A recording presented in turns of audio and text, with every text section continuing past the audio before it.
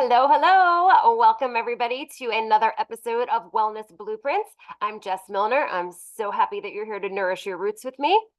So today I want to talk a little bit about parasites. So we just had a blue supermoon, full blue supermoon or a super blue full moon. I'm not sure exactly how you're supposed to say it, but it is apparently a very powerful moon in terms of what it can have its effects on the earth. So there's been a lot of talk about parasitic activity lately. It usually happens every month right around the full moon. Holistic practitioners start to amp up their talking about parasites. So let's touch on this a little bit. Okay, so first of all, I want you to check and see if you have parasites. So if everybody could just take two fingers and place them there on your neck and check your pulse, or you can put them on your wrist. And if you have a pulse, then congratulations, you have parasites. So this isn't like a big gross thing. Everybody is full of bugs. We are made up of all different kinds of bugs, bacteria and viruses and fungi. That's what we're made out of. We all have parasites.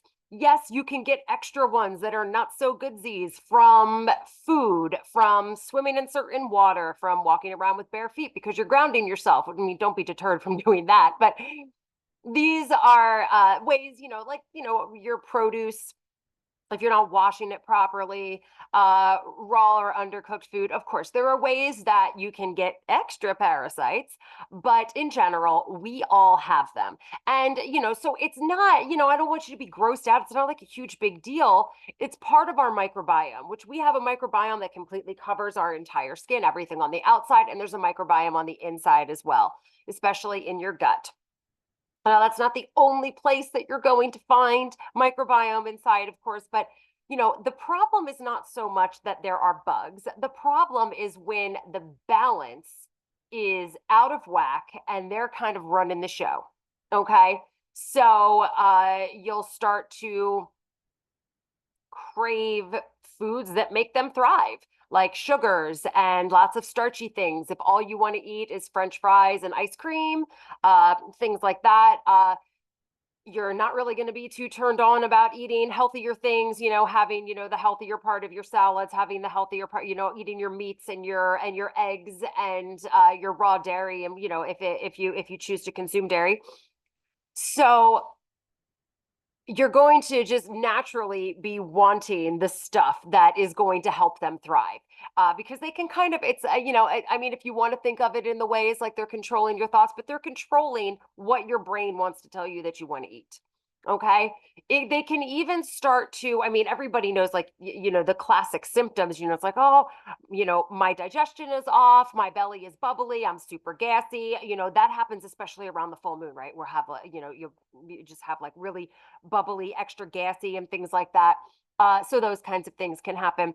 But it can affect the moon can affect your sleep and everything too. I know I have had times when there's been a really powerful full moon and I'm laying there in bed at night and I can't fall asleep and my stomach is bubbling at the same time. So, uh, you know, uh, they are going to play a role. There's all of these, there's internal and external factors that are going to play a role in how you're feeling. And that's going to play a role in how you're going to decide what you want to consume and what you don't want to consume. So food would be one of those things. So you can also, and this happens pretty often, folks who haven't been eating meat for a while. And sometimes, they're like, oh, they went vegetarian, or, whatever the case is, but they decided that they didn't want to eat meat very much anymore. And so, they're eating, all different kinds of other things, plant-based, and maybe some dairy, dairy or eggs or something like that. But, they would come in and be like, well, Jess, when I eat meat, I know, because, I'll tell them, oh, like, try eating some of this and this because your protein seems low or what have you. And, you're working out a lot and you need to get some more protein in there. And this is going to be more absorbable to the body. You're going to get more of the protein out of it. And they're going, oh, Jess, well, I tried to eat more meat, but my stomach really doesn't like it. I always feel, I could get like a heartburny feeling when I eat it, and I just don't like it. I don't feel well when I eat it. And that can often be a symptom of a parasitic thing going on. And the reason for that is because, when you're not consuming those foods, the buggies get really happy and excited about that. And so they will actually begin to create an environment that makes it best for them and not so good for you. So what I mean is they will actually help your body to decrease the amount of hydrochloric acid that your stomach is producing. So you need to produce hydrochloric acid in your stomach. Your stomach, like the acids in your stomach, they could like melt steel. It is acidic in there, and it needs to be because it's got to break down all of that food that you're eating. So when that acid level goes low because there's a parasitic thing going on or whatever the case is, there's multiple different reasons why you might have low hydrochloric acid. And so when it's low, then your pH is too high, it's too basic in your belly, so it's not going to break down food. Because it can't. So the food is just going to sit there in your stomach. And what happens when something just sits in there? Well, it starts to ferment, and then it starts to bubble up, and then you get really uncomfortable and you're, oh my gosh. And then next thing you know, you're drinking some milk, you're drinking a milkshake. It's what I did when I was pregnant with my twins. I had a milkshake almost every day around 4 o'clock because I had such bad heartburn. I didn't know then what I know now. But or you're taking Tums or some kind of antacid. And the problem with those, I mean, they're going to give you a temporary relief, but I mean, they're really not good for your body either. But they are making the situation worse because they're calming down what's burning you, but you actually want more acid. So I noticed that that's one of the things that happens over time when we're not eating enough those healthy proteins, all the good meats, your grass-fed beef and your chicken and turkey and all those wonderful meats. Then your body was just like, I don't know how to digest this anymore because the acid is off. And having a parasitic infection can actually cause this to happen or really amp it up and make it so much worse. And then the buggies are down there like, woohoo, all she's eating is pasta, all right, and it's great for them. So they're just flourishing in there, but your digestion is all messed up. Maybe you're constipated and then you're getting bouts of diarrhea. And diarrhea is actually a symptom of constipation, like your body gets fed up and just says, all right, we're going to like hit the gas pedal, balls to the wall, and we're just going to get everything out of here. And you're crying in the bathroom. So you're going to have these digestive upsets. You're not going to be digesting your food as well. And then you might start to get, like skin issues and stuff. A lot of times acne is related to all of this because you have these toxins that are not escaping because your bowels are all messed up. And, we've talked about drainage funnel before. If you're not pooping a few times a day, you're toxic because everything's not making its way out. So these guys can be quite a pain. So, you're going to, not only not really be able to digest sometimes, because that's when you get to the extreme, but you will start to crave all of those sugary and carby things. Like you're gonna like, oh, let me just eat a whole bag of popcorn, and I want these fruit snacks. I'm gonna go get me some ice cream. That's all you want to eat because that's what's making them do backflips and procreate. Ugh. So during the full moon, we talk about this more because it makes it an even better environment for them to flourish. So it's a good time to do a parasite cleanse. So if you have not yet downloaded my Is It Time for a Parasite Cleanse PDF, now is the time. You can find it on my resource guide, which is at www.jess.deeprootedwellnessid.com/resources. And it is on there. And I do have a parasite cleanse program. It's a DIY. It's either 3 or 5, 3, let's see, 3, 5 or 7 days, I think it is. 3, 5 or 7 days, yeah, for over the full moon. And you can do it really at any time. And the reason why we go after them during this time, and sometimes during the new moon, it can be an issue as well, because the moon it has an effect on our bodies and so many things on the earth. So the reason why is because when the moon is full, we produce more serotonin. So that's why it might be a little bit difficult for you to fall asleep because you got too much happy chemical going on. Your melatonin is not really, overtaking and letting you sleep. But the serotonin, so you release more of this happy chemical. And when you release more of this happy chemical, uh, the parasites are able to move about more freely throughout your body. They are more active. They are able to reproduce better. Like, it's easier for them. So it's a very, very active time. So, some of the ones that might be kind of like hiding in the cracks or something will probably come out during this time. So it's a good time to kind of go in there and be like, haha, gotcha, bam. So that's what we're doing with our parasite cleanses over the full moon. I actually give my dogs Para 3 during the full moon. Okay, I don't give it to them because I don't feed them in the morning. My husband does. So let me correct that. Let me just back up in case he's listening because he's going to be like banging on his steering wheel. Like, what? I do that. I love you, honey.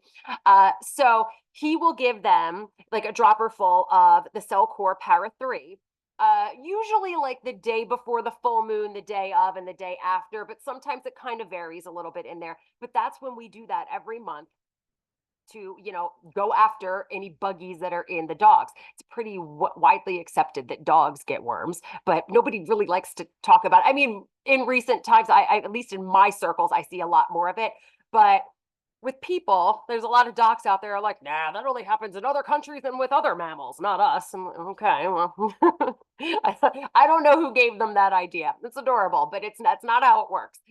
So we may have different parasites than other countries do, which is why you might get sick if you drink water in another country because they have different things that you're not used to. But we've got them here too. I can assure you, I can confirm. But personal and patient experiences, I can tell you about. I've had lots of pictures sent my way. They exist and they're better out than in. So that's why we kind of go after these during the full moon and really want to just get in there and be like, all right, let's evict these little suckers, right? So not only do they cause digestive upset and everything, but they can cause other things as well because they're going to contribute to nutritional deficiencies. They're going to make getting rid of toxins more difficult, not just because it's going to mess with your digestive system and you're not pooping as well, but also because they will gobble them up. So they gobble up your nutrients. They gobble up all of the minerals. They gobble up all of the like heavy metals and chemicals and stuff like that. They gobble them up and then they're farting out gross stuff. So when you're going after them, it's important that you're using, first of all, I beg you to please do parasite cleanses with a practitioner's guidance.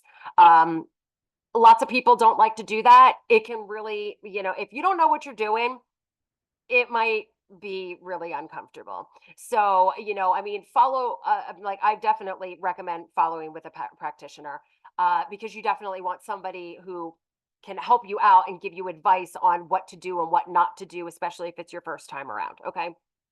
So you want to use really, really good high quality supplements. And you want to make sure that they're going to be able to tackle multiple different things.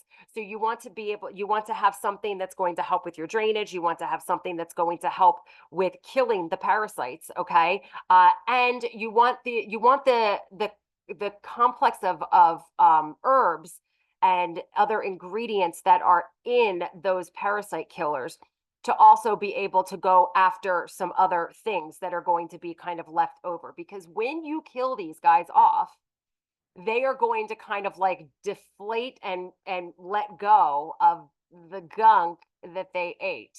So there's going to be like pieces of metals and chemicals and stuff like that. And yes, we want those out of there, but that's why it's going to be important that you definitely have an awesome binder in there as well. So I have an awesome and super easy parasite protocol to follow.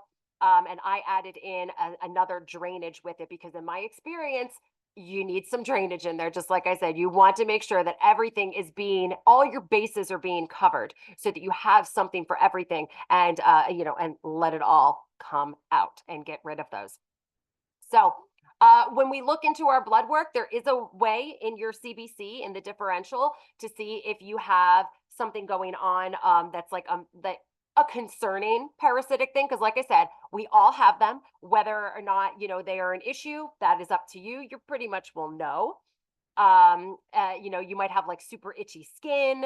You can't, you can't, you like taking your hairbrush and because you're getting super itchy, and that's goes in with the skin issues that I was talking about, because you'll break out in a rash if everything's not coming out in another area. uh if you ever have had your bum itchy, if you're ever like, oh my goodness, what is itching my bum hole, most likely it's something like that. So there are different signs. So go ahead and grab that PDF, because it's got all the things in there. And you make the decision. Okay, so your blood work in that CBC with differentials, if you want to see if there's something going on there, when you look in the differentials, it's going to be down towards the bottom in the percentages there. You're going to see the eosinophils and the basophils. So those, you want to see the eosinophils around 3% and 3% or less, and then the basophils at 1% or less. So if either of those are higher, I don't care if they're lower, but if they're higher than that, then we're looking at either a food sensitivity or a parasitic imbalance or infection. Okay. And uh, as far as food sensitivities go, in my experience, food sensitivities, while they exist, I can definitely tell you that they're usually not the root cause of something. They're usually not the thing that needs to be addressed perfectly. I mean, if we're doing muscle testing on you and it comes up that, grains or dairy you're sensitive to those, then I'm going to tell you to avoid those for a good 3 months so that your body can do the other things that it needs to do. But at the same time, we're probably going to find whatever bacterial or parasitic or fungal thing that's going on that needs to be handled. And if you're not eating those foods during that time that you are sensitive to, then your body's going to have a much easier time of being able to go after and tackle those pathogens. Because, basically, if you're sensitive to a food and you decide to continue eating it, your body's like, oh my gosh, I am so sick and tired of processing this. And it literally takes like all of your body's energy to process that food. And then other things are not getting taken care of. So then that's when you'll start to see, that these pathogens, everything's, it's not working as well as it should be, because your body is wasting energy digesting a food that it's like, dude, I don't want this right now. So usually you can go back and have it later. I mean, I had, my kids were like off of most grains, and one of them was off of dairy for like a year and a half. They did fabulous, and now they can pretty much eat anything they want without having major issues. Okay. So, stick with it and you'll be okay. But what I'm saying is the food sensitivities themselves are usually because of something else. They're usually, like you're getting irritated eating them as a result of something else. So it's like, okay, let's stop eating this for a while because it's like irritating my body too badly. And I need to not have that happening while I'm trying to handle all of this. So, so during a parasite cleanse, I would recommend that you try not to eat a bunch of great, like that's not the time to go out for pizza. That's not the time to go out for sushi. That's not the time to, go to a wedding and have champagne toasts and have wine with your dinner and stuff like that. Because those things, because, alcohol is sugar. So those things are going to feed those imbalances. And it's not just parasitic imbalances that it's going to feed. It's going to feed the bacterial imbalances and the fungal imbalances. So, so it's important to make sure that you are paying attention to your diet during that time as well. But I absolutely recommend Cellcore. And I am a Cellcore practitioner, so I can absolutely get your hands on those supplements. So, because I have, like I said, it's a super easy parasite cleanse that you can do every month, or you can do it, a couple times a year. Unless you have like a really big thing going on, which, I mean, send me a message. Let me know if you feel like you need to do it a couple of months, at a time. If you're just doing the beginners, so you're going to just be doing it for 3 days, the day before the full moon, the day of, and the day after. If it's the first time, I want you to do it just like that and not like jump full speed into the major one. So, maybe it would be beneficial to do it every month for a couple of months, or maybe every other month. But, let me know what your thoughts are with that, if you're planning on doing it. And then I can just give you some guidance. I'm like, okay, this month do it like this. And, and the amount of things that you're getting will probably carry you over. But if you're just doing the 3 days, will probably last you until the following month if you are just doing those 3 days. So I know it's like totally gross to think about and talk about, I can definitely attest that they do come out, and you're the first time you see one, you're like, oh wow. But I can assure you, it's better out than in. There's always stuff inside of us. It's just how we were built. That's just how nature, how we are built. So it's not anything you have to be super grossed out about, even though it's gross to talk about. I mean, I'm pretty much immune to the grossness at this point, but that's because it's what I do. This is like a big part of what I do. Uh, but we definitely want to make sure that we can get those toxins out of there as well. And of course, during the full moon is also an amazing time to work on your meditations, maybe do a extra journaling and extra like bubble baths or even just an Epsom salt bath. I would recommend an Epsom salt bath, maybe with some essential oils and things like that, just to help your body to relax and be able to detox some of those things. Because you also want to detox. It's a good time to detox emotional um, toxicity as well. Just like you're getting rid of all of it. So, and you can just kind of think of it, as you're taking the supplements, like, okay, I'm taking these, I'm going to evict any unwanted parasites or, any unwanted bugs, and at the same time, let's breathe out any unwanted emotional toxicity. Find the things that you can go ahead and work through, do your breath work, do your meditations, and get through the full moon staying grounded. So, when this is airing, you should have about 3 weeks to order your supplements if you want to do this next month. But there's a full moon every month. And so it really, and like I said, you can do it pretty much any time, but because they are so much more active over that full moon period, it really is just so beneficial to go in and tackle them when they're out there. I mean, basically, it's like, okay, let's go in and arrest them all while they're at a big like wedding. There's like, the parasite gathering in your belly somewhere. They're all like, woohoo, party time. So they all come out of the woodwork. They're all partying and having a great time. And then you come in and you go, haha, gotcha. Rather than having to go in and actually check all the different places. It's just going to be a lot more productive. It's going to do a lot more for you. So I'll give you my resource guide link again. That's www.jess.deeprootedwellnessid.com/resources. You can find that and multiple other resources in there from me. Thank you so much for listening today. If you haven't already, please go ahead and leave me a 5-star review. I'm so glad that you're here, and I can't wait to see you again next time. Have a great one.